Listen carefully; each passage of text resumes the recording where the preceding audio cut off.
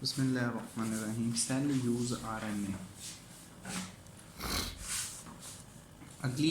अगला जो हमारा टॉपिक है ना, उसमें हम बेसिकली बात करेंगे सेंट्रल डोगमा की। सेंट्रल डोगमा सेंट्रल डोगमा क्या होता है? मॉलिक्यूलर बायोलॉजी में सबसे ज़्यादा डिस्कस होने वाला ये टॉपिक है, जिसे हम सेंट्रल डोगमा कह रहे हैं। ठीक है, मॉलिक्यूलर बायोलॉजी। इस सेंट्रल डोगमा के दो पार्ट होते हैं। एक हिस्सा कहलाता है ट्रांसक्रिप्शन, दूसरा हिस्सा कहलाता है ट्रांसलेशन। ये दो मैकेनिज्म। ये जो ट्रांसक्रिप्शन है, ये बेसिकली एक ऐसा अमल होता है जिस अमल में double stranded DNA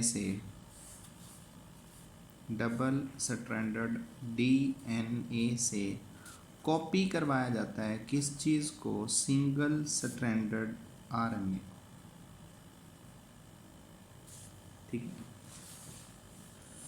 double stranded DNA जो चीज़ यहाँ से कॉपी करवाई जाएगी वो सिंगल स्ट्रैंडेड होगा, और वो जो सिंगल स्ट्रैंडेड एक स्ट्रक्चर बन रही है वो बेसिकली कौन है? आरएनए होता है, जिसे आप न्यूक्लिक एसिड कहते हो। Ribo nucleic acid.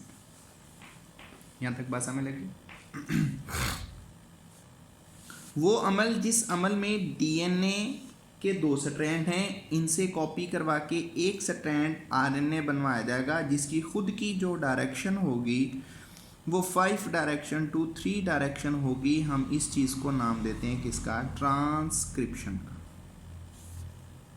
और याद रखिएगा, जो ट्रांसक्रिप्शन का अमल होता है, ये अमल पे हो रहा होता है किसके अंदर? With in nucleus. ठीक है, ये न्यूक्लियस के अंदर अमल हो रहा होता है। अच्छा, दूसरी बात, ट्रांसलेशन, किसी चीज़ की तर्जुमानी करना, किसी का तर्जुमा कर देना। अब यहाँ पर क्या होता है, जो आरएनए होता है, ये आरएनए जो जेनेटिक इंफॉर्मेशन डीएनए की होती है, जो डीएनए का सीक्वेंस होता है, उस सीक्वेंस से आगे प्रोटीन्स को प्रिपेयर करता है, उस चीज़ को ट्रांसलेट कर देता है। हम इस चीज़ को नाम देते हैं किसका? ट्रांसलेशन का। यानी कि आरएनए आगे जो चीज़ बनवा रहा है वो बेसिकली तौर पर क्या होती हैं? वो प्रोटीन्स होती हैं। जब आरएनए आगे प्रोटीन्स को बनवाता है तो ये अमल ट्रांसलेशन कहलाता है। ये दोनों स्टेप जो होते हैं ये किसके हैं? सेंट्रल डोगमा के। और ट्रांसलेशन बेसिकली होती कहाँ पर है? साइटोप्लाज्म में। ये कहाँ हो रही है? Within the nucleus. और ये कहाँ हो रही है? Within the cell cytoplasm. ठीक हो गया?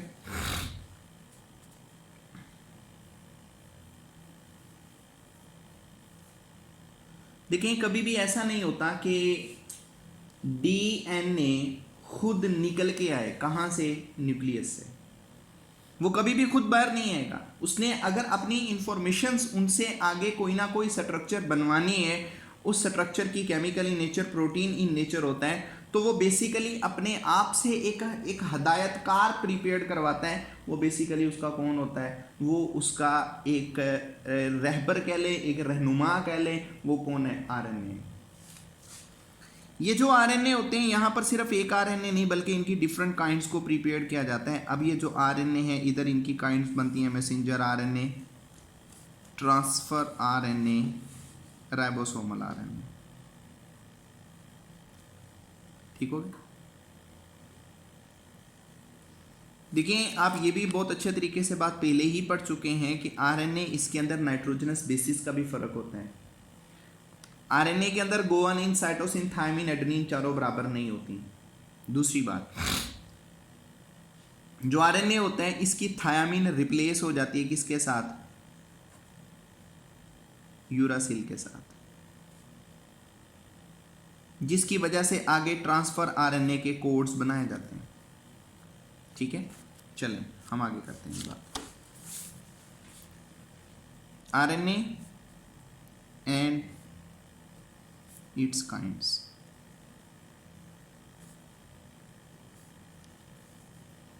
RNA single stranded ribonucleic acid होता है ये, जिसकी 3 किस्में होती हैं, messenger RNA, transfer RNA, ribosomal RNA. सबसे पहले मैसेंजर आरएनए। मैसेंजर आरएनए ये एक क्लोव लाइक स्ट्रक्चर देता है, ठीक है। इसका खुद का जो साइज होता है वो डिपेंड करता है मैसेज पे। मैसेज कितना बड़ा है, मैसेज का साइज क्या है। आपने किसी को लेटर राइट किया है, आपने किसी को टेक्स्ट राइट किया है, वो डिपेंड करता है आपकी बात के ऊपर, आपने कितनी बात की है, उसके लिहाज से आपके लेटर का साइज मेजर किया जाता है। यहां पर भी यही है कि डीएनए का मैसेज कितना है, डीएनए के मैसेज को देखते हुए फिर आगे तैयार करवाया जाता है क्या, मैसेंजर आरएनए, ठीक है। तो ये डिपेंड करता है मैसेज के ऊपर, लेकिन वैसे ही अगर आप बात कर लें तो मैसेंजर आरएनए का जो साइज होता है ना, वो अप्रोक्सीमेटली अगर तो 1000 अमाइनो एसिड्स की प्रोटीन्स बनवानी है, 1000 की, तो मैसेंजर आरएनए का साइज होगा 3000 न्यूक्लियोटाइड्स, यानी कि मैसेज से हमेशा 3 गुना बड़ा। जो भी मैसेज आना है उससे ये 3 टाइम्स क्या होंगे, लॉन्गर होते हैं। एक बात। दूसरी बात, टोटल आरएनए में से ये 5% होता है। मैसेंजर आरएनए को कॉपी करवाया जाता है 5 डायरेक्शन से 3 डायरेक्शंस पे। इस पे क्या होती हैं, सारी इंस्ट्रक्शंस होती हैं। मैसेंजर आरएनए पे जितनी भी इंस्ट्रक्शंस होती हैं वो सारी की सारी इंस्ट्रक्शंस कोड्स की फॉर्म में होती हैं, जिन कोड्स को रीड करेंगे ट्रांसफर आरएनए और उस तरह का ट्रांसमिट करेंगे क्या, अमाइनो एसिड। अब ये जो कोड्स होते हैं ये 3N बेस आपस में मिलती हैं, यानी कि 3 नाइट्रोजनस जो बेसिस होती हैं उनके मिलने की बदौलत ये एक कोड प्रीपेयर करता है। तो हमारे सेल के अंदर 64 कोड होते हैं, 64 कोड होते हैं। 64 कोड में से 60 कोड्स नॉर्मल होते हैं, 3 कोड जो से होते हैं वो स्टार्टिंग कोडॉन होते हैं, और एक जो सा होता है वो स्टॉप कोडॉन होता है, ठीक है। हम आगे पढ़ेंगे। मैसेंजर आरएनए के 2 एंड हैं। सपोज दैट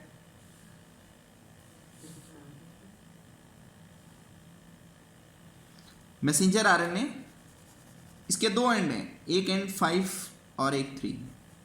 देखिए जब इन्हें कॉपी कर दिया जाता है ना, कॉपी करने के बाद इनके दोनों एंड्स की कैपिंग हो जाती है। ये इसका हेड है, ये इसकी टेल है। हेड बना होता है गोवानिन ट्राइफॉस्फेट का, ठीक है, और टेल जो होती है वो पोली ए होती है, पोली ए, इसे कहते हैं पोली एडिनाइलेट, ठीक हो गया जी।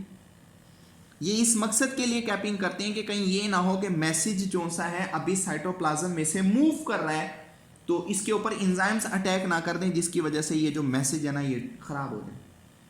दूसरी बात, राइबोसोम्स को कैसे पता चलेगा कि हमारा इनिशियल एंड ये वाला है, तो वो कैप डिसाइड करती है।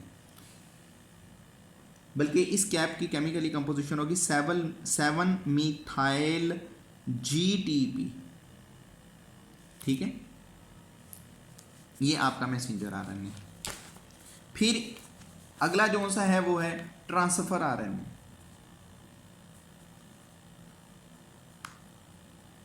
हमारा सेल 45 काइंड्स के ट्रांसफर आरएनए प्रिपेयर करने की एबिलिटी रखता है, लेकिन हमारे पास होते हैं 20 काइंड्स के होते हैं, क्योंकि हमारे पास 20 अमाइनो एसिड्स होती हैं सेल्स में। तो 20 अमाइनो एसिड्स के लिए 20 काइंड्स के क्या होते हैं, ट्रांसफर आरएनए होते हैं, ठीक है। ये जो ट्रांसफर आरएनए होता है ये टोटल आरएनए का 10 to 20% हिस्सा होता है, ठीक है।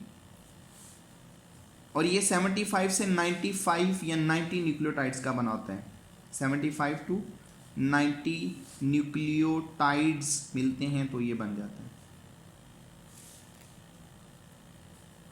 इसकी जो स्ट्रक्चर है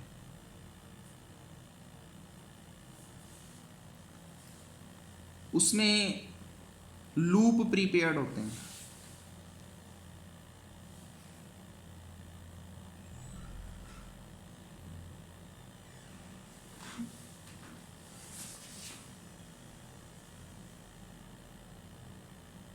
ये इसकी स्ट्रक्चर है या इसके लूप प्रीपेयर्ड होते हैं।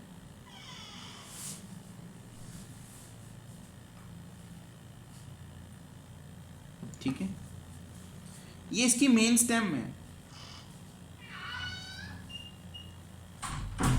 ये मेन स्टेम होती है।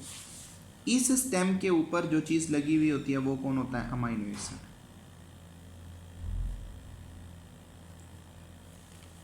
इसे कहा जाता है डी लूप, इसे कहा जाता है टी लूप।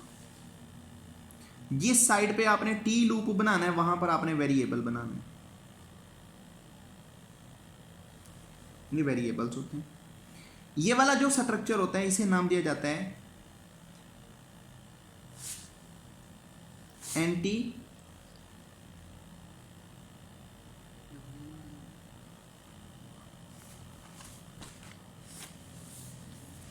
इसे नाम दिया जाता है एंटी कोडॉन लूप का। यहां पर आएंगे कोड्स। ठीक है, यहां पर कोड्स होंगे।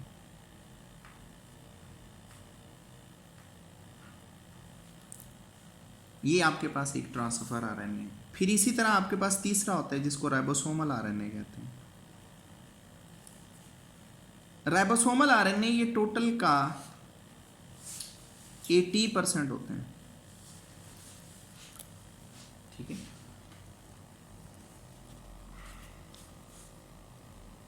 ये किस चीज पे मुश्तमिल होते हैं? ये 2 थिंग्स के बने हुए होते हैं। एक इनमें क्या होती हैं? प्रोटीन्स। दूसरा इनमें क्या होते हैं? न्यूक्लियोटाइड्स।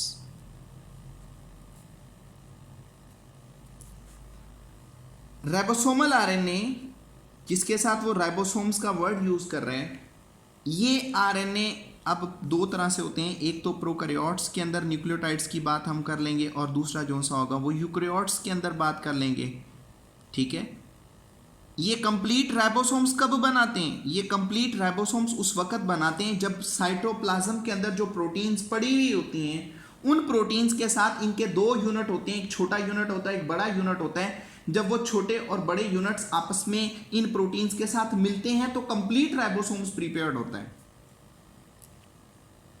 अब ये प्रोटीन्स कहाँ हैं? साइटोप्लाज्म में। ये प्रोटीन्स के साथ मिलेंगे। कौन मिलेगा? राइबोसोम्स का एक छोटा यूनिट मिलेगा, एक बड़ा यूनिट मिलेगा, और उनके अंदर जो चीज मौजूद होगी वो आरएनए खुद होगा। और आरएनए खुद किसका बना हुआ है? न्यूक्लियोटाइड्स का। यहां इसकी 2 स्ट्रक्चर्स हैं। अगर तो आपने न्यूक्लियोटाइड्स की बात की प्रोकैरियोट्स की, तो प्रोकैरियोट्स के अंदर इनकी तादाद होती है 1500 से लेकर 3000 तक। अगर आपने यूकैरियोट्स की बात की तो इनके अंदर जो राइबोसोमल में आरएनए होगा वो कितने न्यूक्लियोटाइड्स का होगा? वो 1600 से लेकर 5000 न्यूक्लियोटाइड्स का बना हुआ होगा। अब इसकी स्ट्रक्चर क्या होगी? जो बड़ा यूनिट होता है वो इस तरह ऊपर होता है। ये बड़ा यूनिट है। इसके अंदर क्या है? ये इसका राइबोसोम है, सॉरी इसका ये आरएनए। इसी के साथ एक छोटा यूनिट है, ये छोटा यूनिट है, और इसके अंदर ये क्या है? इसका आरएनए। तो दोनों में आरएनए मौजूद होता है। तो दोनों के न्यूक्लियोटाइड्स को अगर इकट्ठा कर ले तो वो कहता है इनकी तादाद कितनी होनी चाहिए? 1600 to 5000 in the eukaryotes and 1500 to 3000 in the prokaryotes।